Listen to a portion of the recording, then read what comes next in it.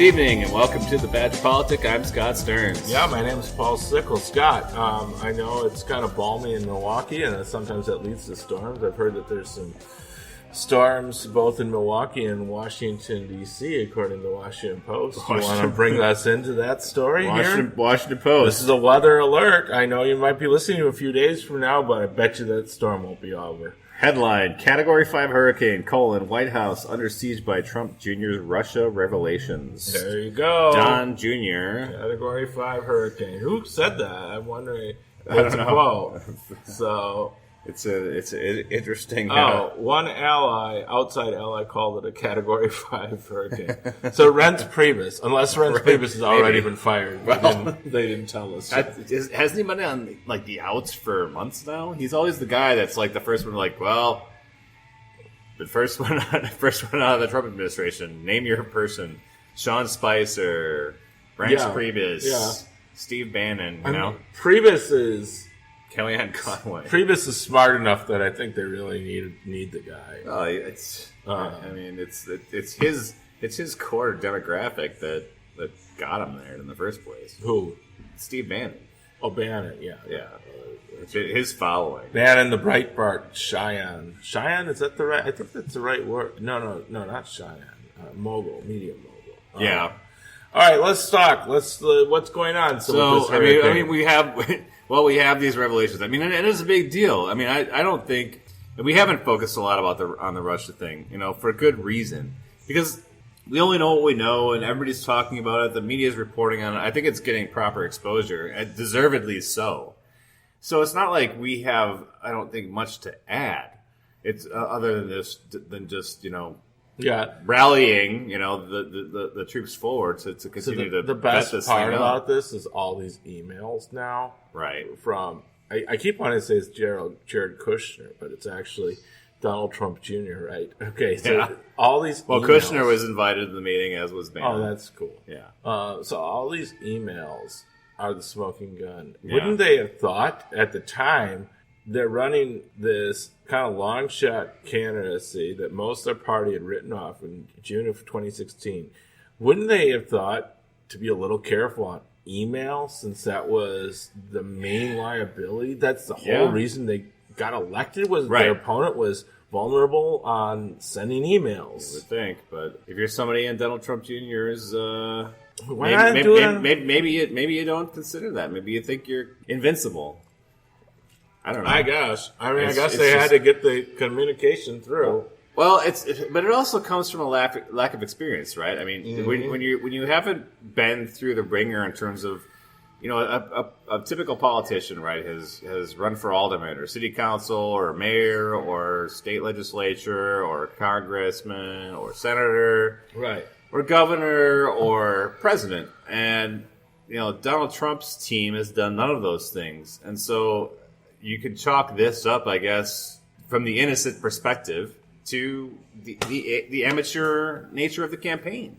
The innocent perspective, I love. Here, how you like this for innocent?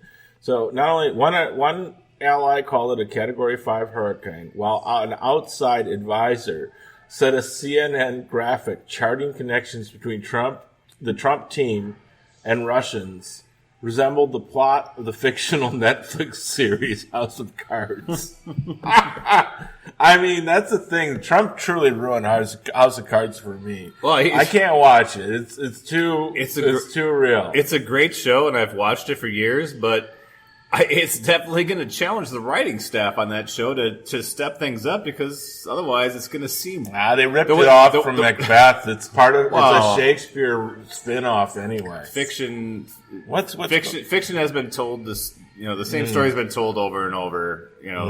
For centuries, Paul. It's apparently these compelling power must just be corrupting in universal ways, whether you're in antiquity. With Lady Macbeth, right? In the early modern times, if you're Machiavellian, that would be early modern too. Or you're today here, sure, it's Donald Trump, absolutely. or you're King George being criticized by the writers of the U.S. Declaration of Independence, which apparently That's now a controversial document. When NPR decided to tweet it out, it was seen as a leftist propaganda. That is, once again, that is a Declaration of Independence was seen as leftist propaganda. That was brilliant. If you didn't catch it, NPR, as I think they've done traditionally. The U.S. Declaration of Independence. This is not the Emancipation Proclamation. This was written by slave owners, and that was seen as leftist propaganda. But this isn't the first year that they've tweeted it, right? I mean, they've been doing this for a while, and but this year in particular, apparently there was some language in there that made direct some quotes folks, from the not translated to the current vernacular, but actual direct quotes from 1776. Yeah, a lot of people that were people that were just checking their cell phones on the fly. It's like, NPR propaganda. One of the things that's really disturbing about the Trump thing is that he's more popular with. It seems like the harder he takes in the media, the more popular he is with people. It shows just the level of ignorance now, which is totally driving our country and polarizing our country. Right. And that's something to talk about. One thing we don't want our listeners to be ignorant about is that every time they have a Russia revelation, which this one certainly is, the Republicans go back into their secret room with the Koch brothers and cook up a new version, warmed over version of the same lousy healthcare bill. Right. They polish the turd yet again. And what did you hear recently, Scott? With regards to the Senate, where are we at? It's Senate analyst Scott Stearns here. They're continuing to limp this thing along, and so typically Congress goes into recess at the beginning of August, and it's the hottest. It's not coincidentally, it's the hottest month in DC. Yeah, it's a shitty time to be in DC. It's a terrible time to be there. I mean, it's hot here, DC and it's really bad there. Yeah, I mean, as Milwaukeeans, I mean, think about the worst week in July as far as humidity you've ever experienced, and then multiply it, and then extend it for at least a month or more. And you have to be in DC. It's not like you can go out and drive an hour to the shore. You're in fucking session. Yeah. You got to go to work. Yeah. So typically they take all of August off through Labor Day and then come back, and then they historically banged out the appropriations bills to fund all the various departments. But McConnell has delayed that tentatively. He hasn't canceled it completely, but it's more or less he's mapping out, he's setting expectations for senators so that they can not plan, on going. He punished them for not agreeing to Trump care. He's just saying don't make any plans. Don't. He said you're not allowed to go home. He put him on detention till August 17th because he wants Trump care to pass. So we don't know. He's far from having the votes, but you never know. They like to polish a turd and then come out. They all want to get to yes. That's the thing that I was hearing earlier today. At the end of the day, although you have a couple of senators that are pretty far out there in terms of where they've kind of staked their claim, and I would say Susan Collins and Dean Heller are probably the most. Heller wants to get to yes. Yeah. I don't know. I think he's. I mean, he was out there early with the press conference, basically saying Well, he also has political points to score by going no, because he's up for. Isn't he up for? He's actually up for re-election, and that's why. That's why he's been so outspoken. Right. Is that his politics are actually pretty right wing, right? But he's in a state that is not. Right now, the trends are not favoring. Right, him. It was a Clinton state, and it's gotten more Democratic. It's one of the few states that went more blue. I mean, it went for Obama. Right. It was very touch and go with Obama, but it was close with Clinton too. But they really brought it out, and they brought it home. Right, they brought it home. They won the Senate, U.S. Senate race there too, which I don't think the Democrats were likely to win. And even in a year like 2010. When they went after Harry Reid with everything that they had, and he still won. I mean, it makes sense. It's the next thing from the West Coast, and then the West has just been trending blue consistently. The problem with the West is it fills up a lot of pretty blue it fills up the map with that pretty blue color. Yeah. But they still don't have that many people on No, they're all concentrated in a right. particular part of the state. Right, so. right. A lot of rural. We can't even win house area. seats in those, even in Colorado. Yeah. I don't think we have a majority of the House delegation. So yeah.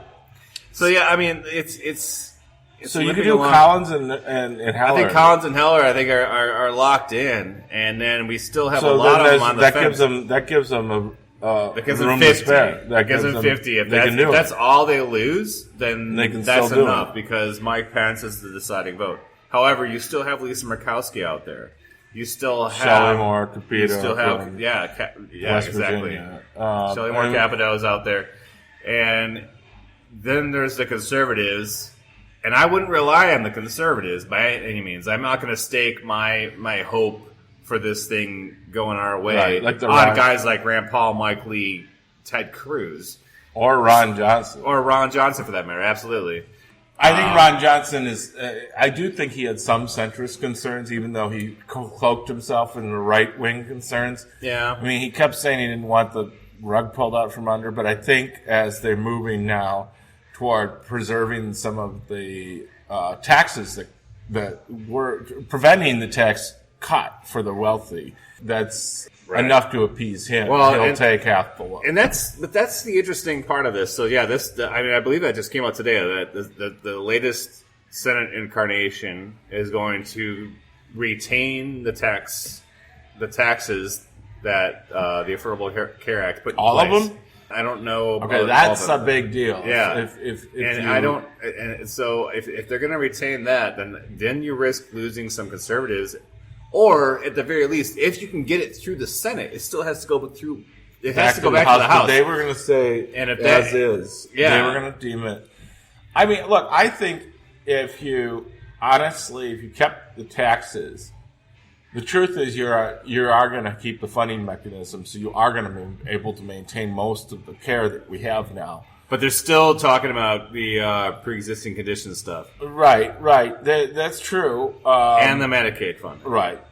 In which, so that's well, you keep the tax money. You're going to keep. That's where the money comes from the Medicaid. Yeah, but that's.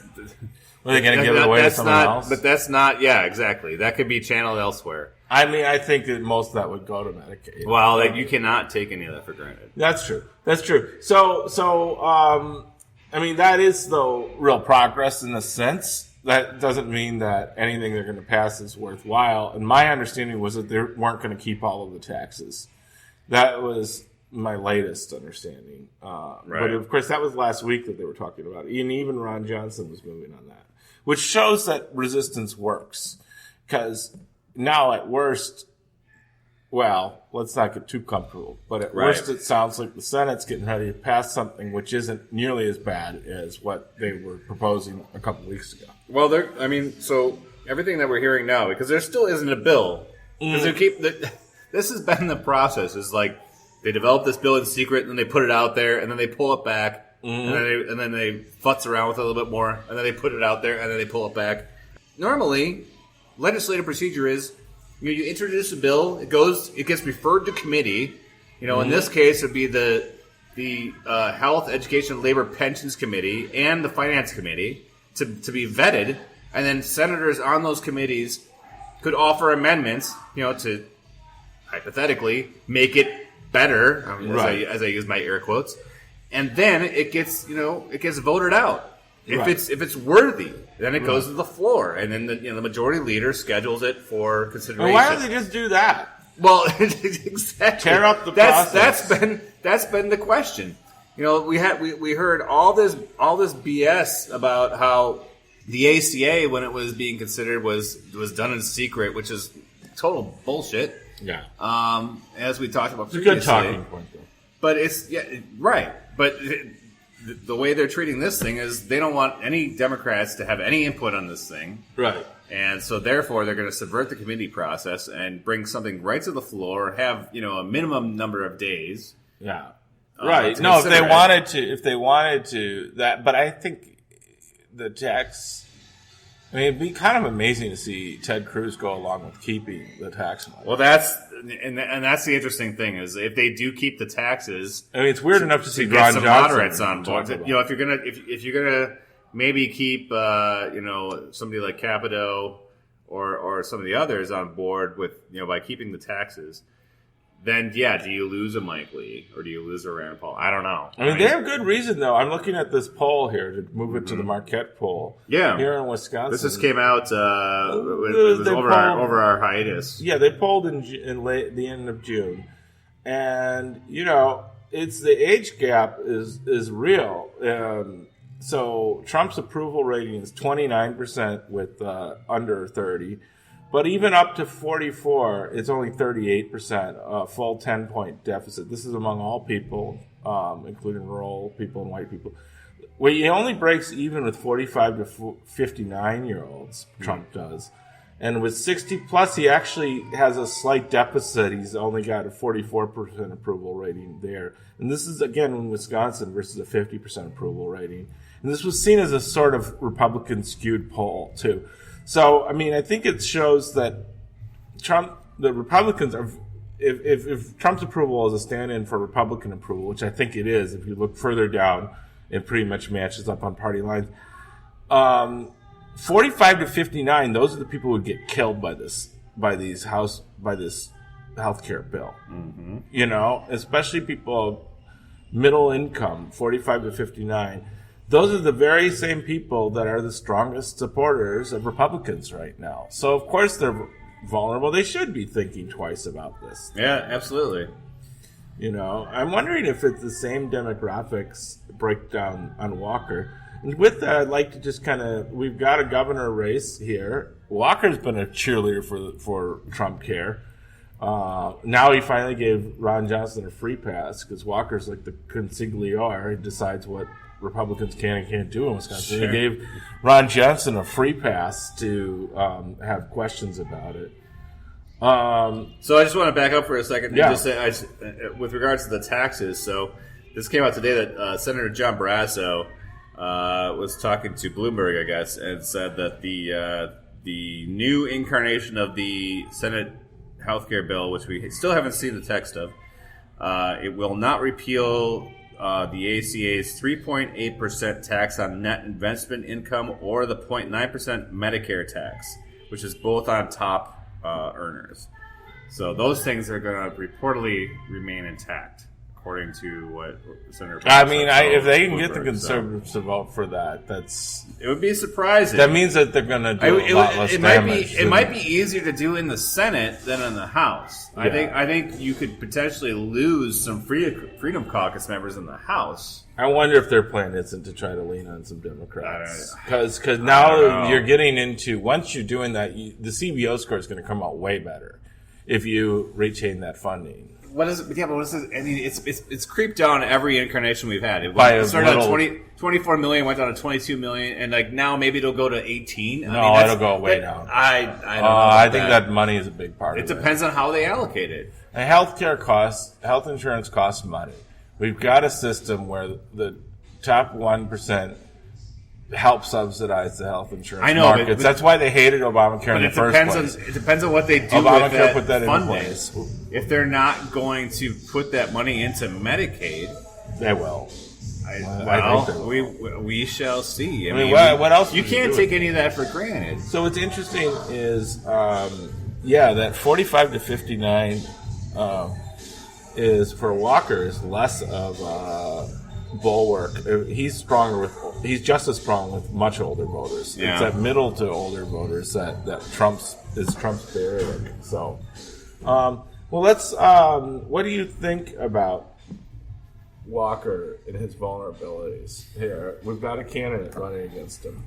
So we have Andy Gronick running, who's a Milwaukee area businessman. Yeah.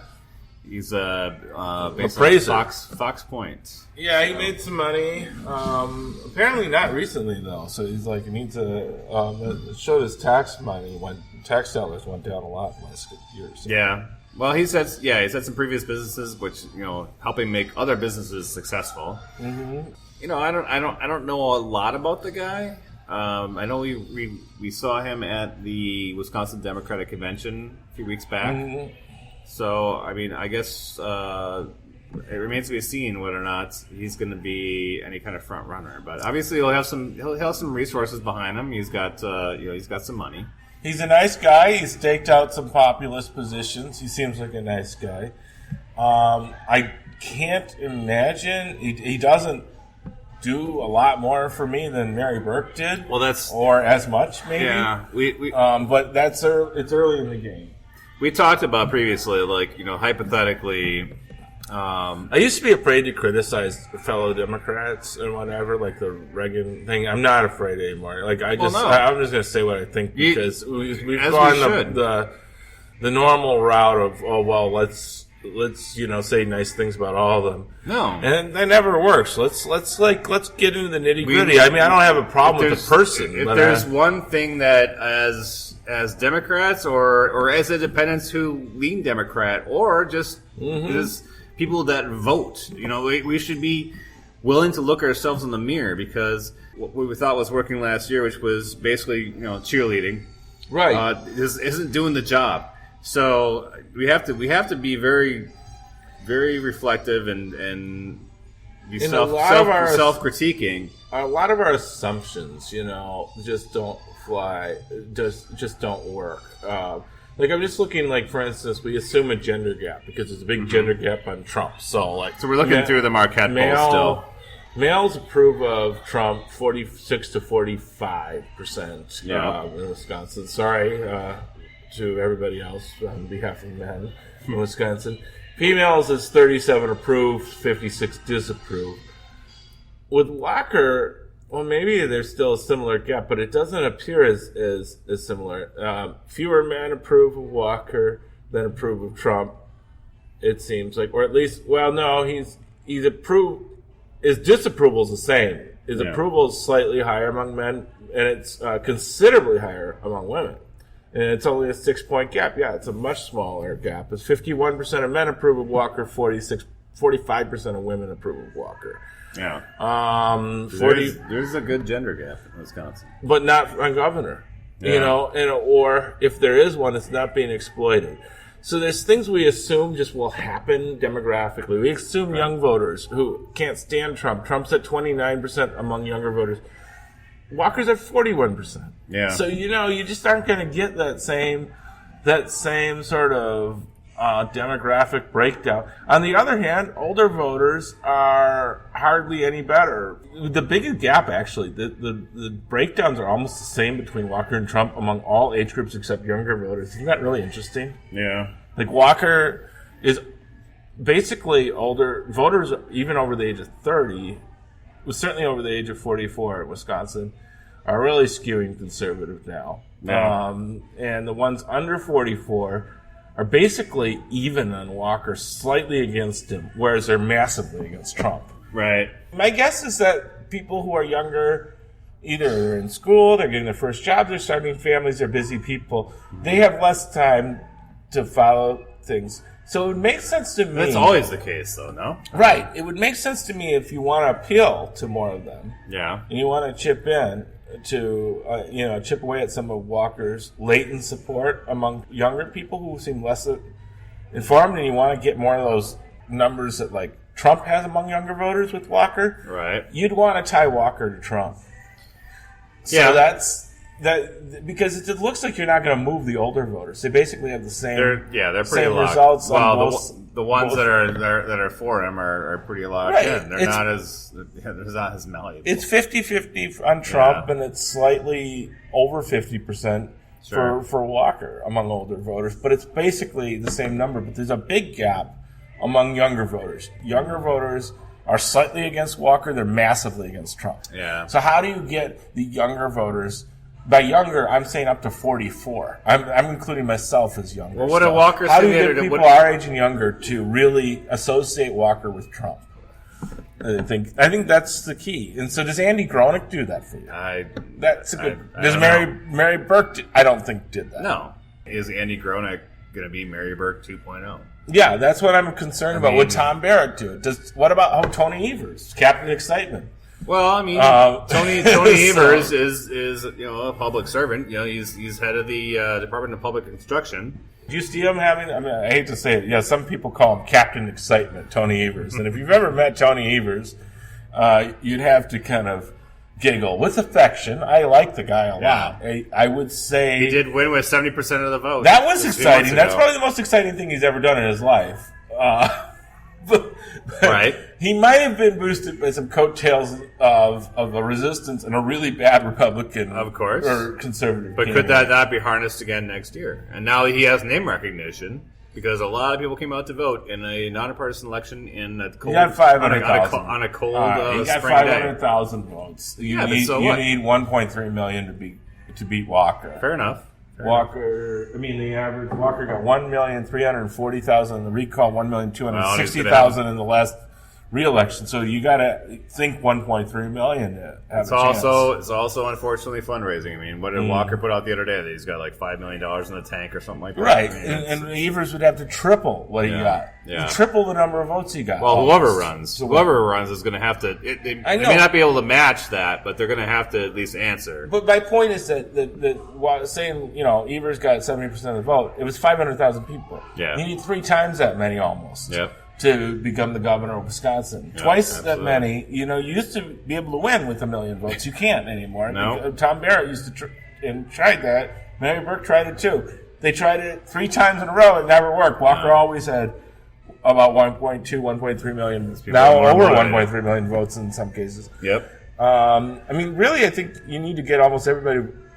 You almost need to try to get presidential level turnout. I know people think that's absurd, but to win. I guess, Paul, where I would go from here, I mean, we're talking about candidates, we're talking about polling, but what is going to drive turnout? We have to start thinking about the issues. So we talked about healthcare. I mean, one of the lines in the sand could be, whatever comes out of the Congress in terms of the healthcare, either the failure of the bill or some kind of maybe compromise that comes out of it. And is Medicaid funding expansion still a thing that's on the table with a future governor? I mean, that could be a major issue. I think anybody running against Baldwin, which will also be on the ballot, can easily be painted as some sort of Trump clone. Oh, sure. Especially if there's a primary, because they'll have to cozy up to Trump. Yep. Or if he's gone by then, Pence. Either way, they'll have to cozy up to them in order to win the primary. Right. So you'll be able to use that as for Baldwin. That should help, at least. For that race, which right. would be on the and same hopefully ticket. that would translate over, because straight party voting is pretty common these days, even though it's not legal. Like, people actually have more party discipline than, in Wisconsin anyway, than they had.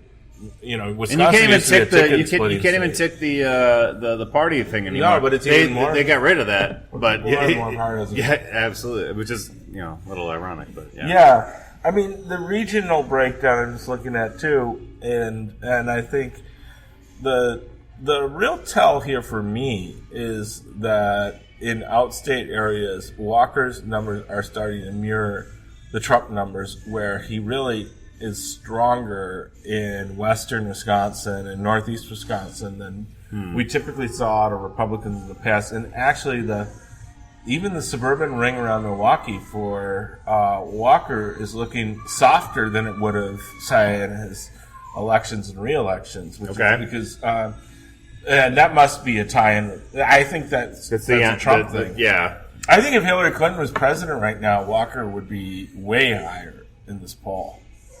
Potentially. I mean, it's funny he says he wouldn't run. Because, I think, if anything, Trump's the only thing keeping him tight. Oh, yeah. And there's this Republican... This particular sample was more Republican skewed than they usually do. Right. But that usually doesn't mean a whole lot. No, but I think it goes without saying that he wouldn't be running for governor again if Trump had lost. Because there would be, we'd have President Clinton, and there would be this whole Republican backlash, and I think he'd be running against Tammy. He would have been he wouldn't be running for Senate. He'd be running for president. Maybe. I mean, I don't know. I think it would have been. He was the Koch brothers' darling. That Yeah. All right, maybe. He didn't pan out the last go around, but I'm just thinking his approval. Like when I started seeing this, like especially the rest of Milwaukee area where he used to be very, very strong in the outer part of the Milwaukee media market, right? Which is really all 9 counties but Milwaukee County. That's where Walker's a little softer than he used to be. In that area, but he's much stronger on the western part of the state than he used to be. So what do you think is driving that? Is it mirroring the Trump demographic? So it's the Trump fatigue and the fact that he's tying himself to Trump, well, telling him to tweet more and whatever. It's not just Trump fatigue, but it's also Trump enthusiasm among people in more rural areas. Sure. Older, which also skew much older too. Suburbs are becoming more or less Republican. I wouldn't say more Democratic, but maybe less Republican. Yeah. Possibly, but I think that's a real Trump effect. Yeah, I don't think we don't really the Tommy know. Thompson, Mitt Romney, Republican Party. Those were solidly conservative, but I think Trump has turned them off. Mm-hmm. But while at the same time, I think that in the outer areas, it's. Trump's kind of turned them on. It's interesting. It's hard to look at this. Hard to do complete apples to apples because Trump's behind Walker on almost every measure. Yeah. But it seems that in the that he does better for a Republican in the outstate areas than typically Republicans used to do, relative to his performance in like Milwaukee, Madison, and even the suburbs now of Milwaukee. Right. So, but then again, the good news is the people are in the Milwaukee media market outside of Milwaukee. I'm saying those 9 counties. That's about 35% of the population of the state. Yep. We still got to look at Green Bay though, because that's a lot of that media market, the Green Bay Appleton. But it swings elections. It does, but the people are really. I mean. You have more people in the 9 counties outside of Milwaukee County, I believe, in the Milwaukee media market than you probably have in any other media market. Sure. Just that portion. That's taking out the almost 1 million people who live in Milwaukee County. Yeah. So, I mean, just to keep it in perspective. So, I think that there's some openings here. It really looks like it's an age thing. Where if we can get Walker's numbers down among younger voters the way Trump's are, we got a shot at him. Okay. Well, we're about a year out from the primary, and I don't think Roenick does that. I'm not sure Evers does that. I think we're going to need to roll the dice and find somebody, maybe who still has non-gray hair. Paul Soglin. He's a youthful guy. He could use the Just for Men. He was the leader of the student movement in 1962 or so, when Barack Obama was in diapers. Yeah. Okay, I mean, I think he wrote the Port Huron statement. It was pretty radical. I mean, not that there's anything wrong with that. I'm just saying. No, not at all. He's more of a developer's friend. I mean, he's like 10 years older than Bernie Sanders. I mean, he should connect to the youth. I mean, then again, Bernie did, but I don't. Have you talked to Paul Soglin? I have not. I mean, I haven't really apparently he was at the convention. We didn't. That didn't make much of an impression. Yeah. Not a huge impression. I don't know. I think Malin should run. Malin Mitchell. Somebody else. Maybe Kathleen Vine. I think Kathleen. I think Kathleen's one. Now that's a youth movement. Well, there you go. We'll see. I mean, really? I mean, she might be one to watch. You gotta. I mean, the gender gap. I don't know. Okay, maybe she could exploit the gender gap. I don't know. We'll see. But we have. I mean, what other candidates do we have out there? Yeah, we got anything more to talk about here? Brewers. What other gubernatorial candidates are we looking at? I don't know. Potentially now I will talk about the Brewers. You always wanted to talk about the Brewers. I said they were in a rebuild like a few weeks ago. I apologize. Yeah, they were in a rebrew, as they like to say. Well, I ripped that off from somebody else. But I mean, the Brewers are on fire, man. I mean, they've been in first place for how many days? For a long time, but now they're actually convincingly in first place. Yeah. So I don't think they're going to sell the farm, like literally. I mean, because they've got a lot of good talent. And that's the question: do they buy or sell? I mean, by buying, that means they have to give up some farm. I think they got to buy, but I don't think they can sell everything because it's just But wait, you're just it's too much. It's too much to sacrifice. You can't sell the youth to buy the present. Is what you're saying. You don't want a stud starting pitcher. I do, but at what cost? Well, so a rental player, they're saying, would give you a reasonable cost, but then you only have the pitcher for the playoff run. Right. You know, like a CC Sabathia. If you want someone to stick around where you have real control and real, you can have them as part of your plan the next few years. You're going to give up some significant prospects. It is amazing, though. The Brewers are 50-41. The Chicago Cubs, the national champions, 43-45. The St. Louis Cardinals, 43-45, and then you have Pittsburgh and Cincinnati. So I've got a magic. The Brewers have a magic number. Wow, 43-45. That means the most the Cubs could win would be, if they won every game the rest of the way. The calculation of a magic number is they'd have 117 wins, which they obviously won't. Right. And so then you just add up the difference between one more than that and your win total, which is 118 minus 50, 68. Yep. Brewers' magic number is 68. All right. There you go. Done. Going in after the All-Star game. But, of course, if we win the pennant, we'll be on the road in the World Series. Right, because the American League won tonight. Well, because the Cubs manager didn't do the best. All right. Well, with that. All right. Thanks, everybody. Yeah. And, hey, the Cubs are owned by some righties, too. Even more reason to hate him. There you go. And Nazia's all right. Okay. All right. So, with that. Forward. Go Brew.